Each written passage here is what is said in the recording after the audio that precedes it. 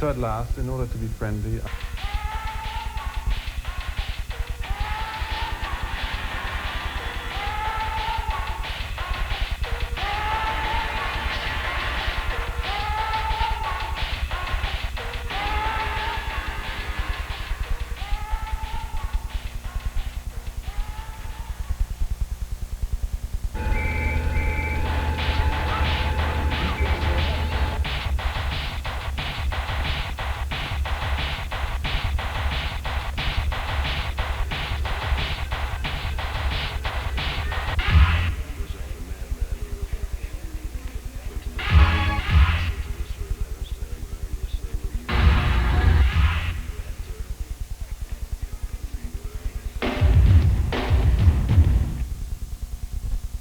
what is wrong with four-letter words?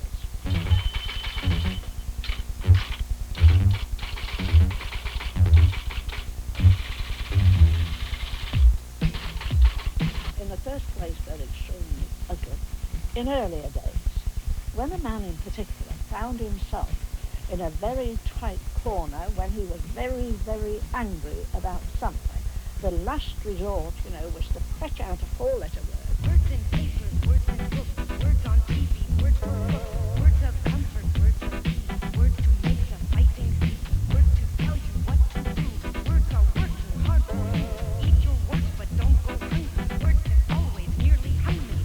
Now then, the four-letter words and their like, and there's many come under that, have become so commonplace.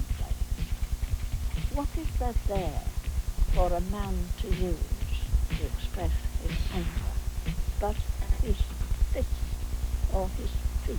Concrete words, abstract words, crazy words, fine words, easy words, and dime words, words of faith and tell them straight, rare words and swear words, good words and bad words.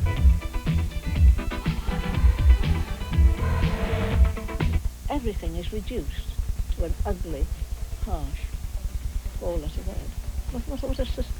What a culture to hand on to the kids.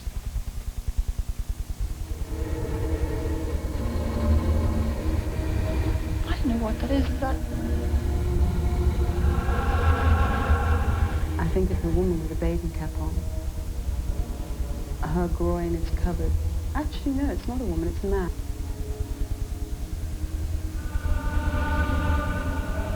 What is that? Jesus on the cross?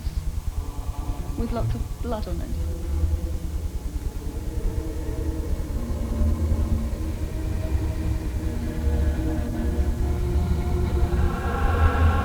I wonder what they're trying to say by that. Was that an anti-religious statement? Well, I find it offensive. Not that urine in itself is an evil or dirty or degrading substance. It's just that society has an association with, like, pissing on something. I was brought up in a very Christian way, and my morals dictate that things like that wouldn't be around my house. Why should it offend me? To me, the symbol of Christ doesn't have as much meaning, I think, because I'm Jewish.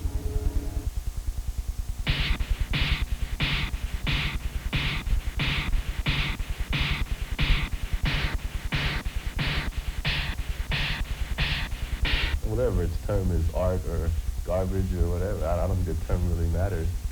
I mean, if this artist or this junkist who wanted to express his own opinions in this way, that's fine. I don't think things that are just shocking should be banned because they make people think to a large extent.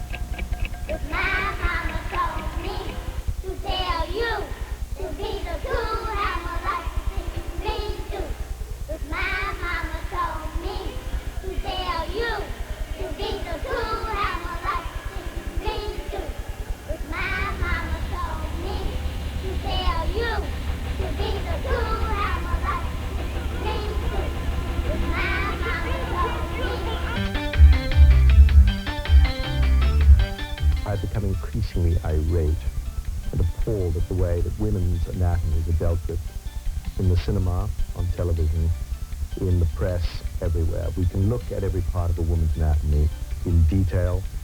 We can have the camera lovingly caress all parts of her. But when it comes to seeing the man, he almost invariably has his underpants on. And I've always found this as an extraordinary and unacceptable thing, because what is there wrong with the male organ? I mean, why can't we see men's willies? I've always hated the word. Horrible word. I like to come up with a different name every time. Dick's a bit, I don't know, schoolboyish. Pud, I remember, was one. The unit. Harold. Banana. Pudenda. Snake. Pee-pee. Worm. Bat. Wayne. White meat. Little chocolate stick. Tallywhacker. A preak. Dong. Organ. Pencil. Leroy. Cadger. Ferret. Hose. One-eyed trouser trout. Poker. Whistle. Is this corrupting us? Is this depraving us? Is this titillating us? And what is the effect of this forbidden image? They're not very pretty, are they? They're so different. I've never realized how different. Whether they the left or to the right, they're just penises. I've never had this exposure. I mean, this is just new. I don't expose myself to things like this normally. Because they're censored. Because according to some body or some board or some group of people, it's not permissible to see. And maybe if people saw parts of the body more often, they'd become bored by them. It might be a good thing. From way back, women have been instruments, tools, or whatever. And the female body is considered as being aesthetic, a symbol. As we look in the films and in documentaries and in the newspapers and everything, we see faces, we see hands, we see feet. We don't see penises because they're hidden from us. I thought I would just take that penis right out there and say, that's what you can't see.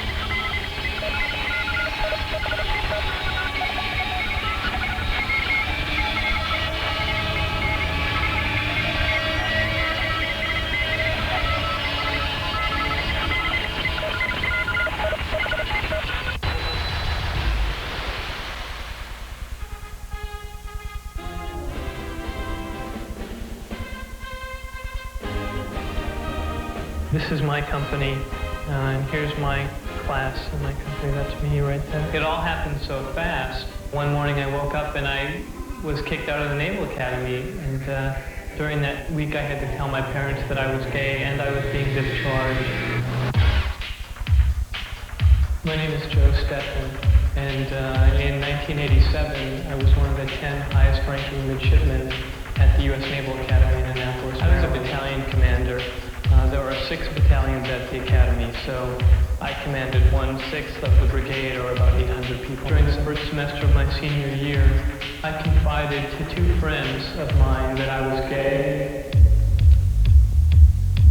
And eventually, along the line, the administration was in. They contacted the Naval Investigative Service. A large part of what they do is to root out homosexuals from the service. They started an investigation. They called in some friends of mine and interviewed them, asked them questions about me, whether or not I had said that I was gay. I went directly to the commandant. During that interview, he asked me if I was gay. And I said that I was gay. I said, yes, sir, when he asked me the question. I was discharged because I said I was gay.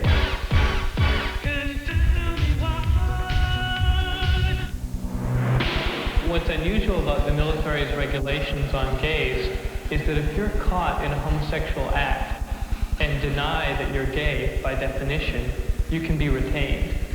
But if you simply say, I'm gay, the military has to discharge you without discretion.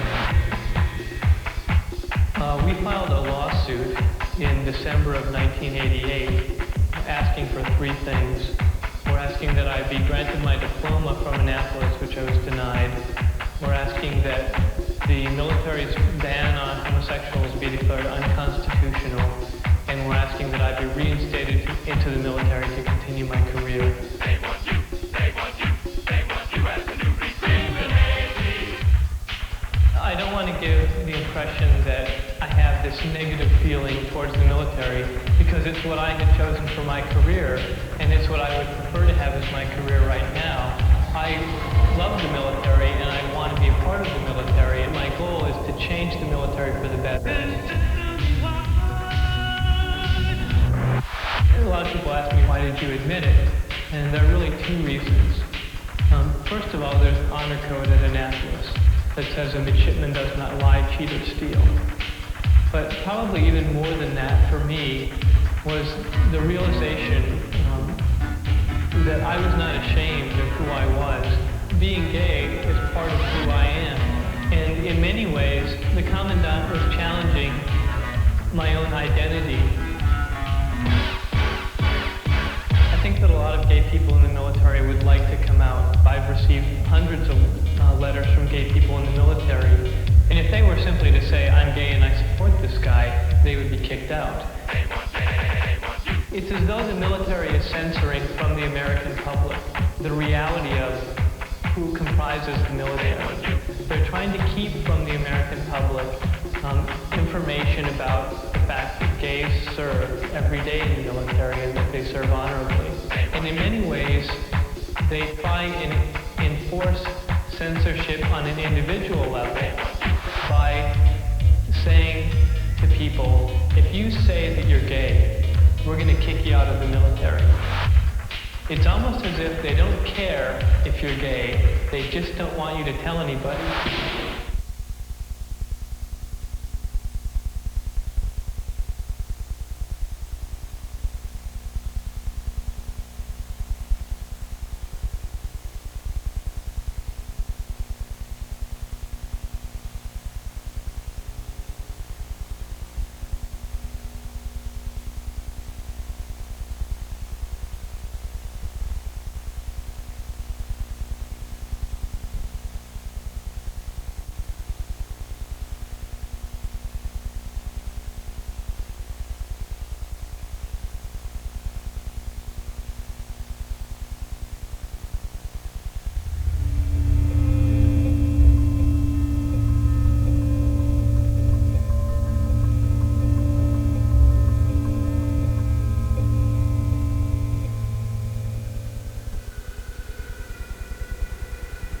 She quivered again at the potent, inexorable entry inside her, so strange and terrible.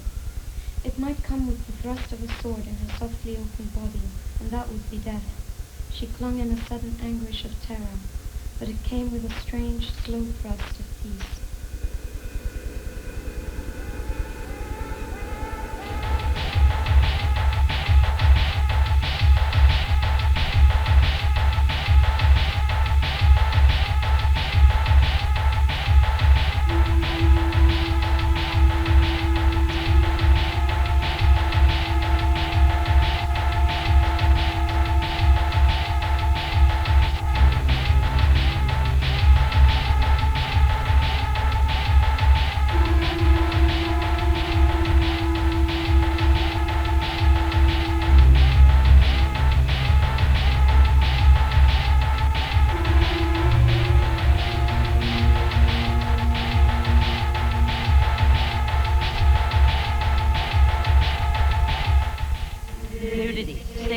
Suicide, sodomy, incest, bestiality, sadomasochism, murder, morbid violence, or any deviant sexual conduct in the violent context of the use of illegal drugs. Shut your mouth! It's outrageous, Bill. You don't want to look at it, don't look at it. Public enemy number one. If it hurts people, then maybe it should be banned. But if it doesn't hurt anybody, I don't see why there's a reason. Bend up and smell my anal vapor. Your face is my toilet paper. Quote, gross, but not harmful, unquote. Censorship. There's no absolute right to free speech. There's no absolute right to free speech. Once again, it's people using freedom of speech to strangle people who need to talk.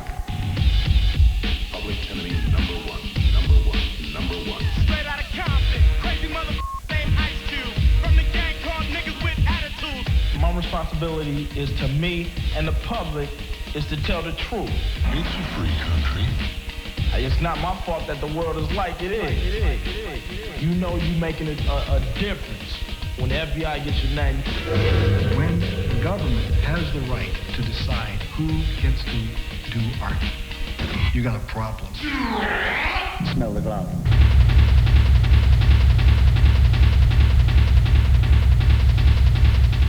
Even the artists have to continue to stay on their toes, because anytime people have to think twice about what they're going to say with a record or a news article or a painting or a film, that in itself is censorship.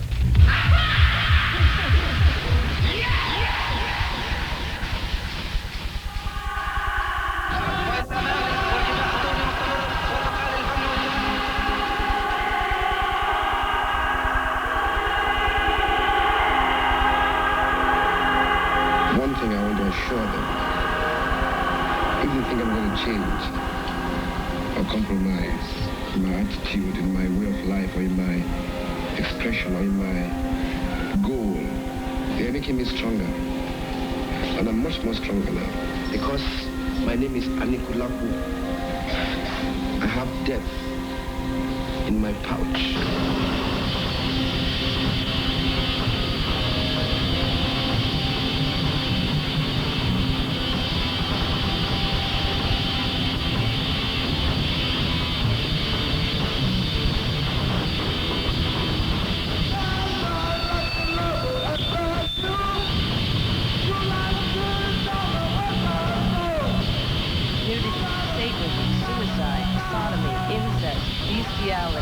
Sadomasochism, murder, morbid violence, or any deviant sexual conduct in a violent context for the use of illegal drugs.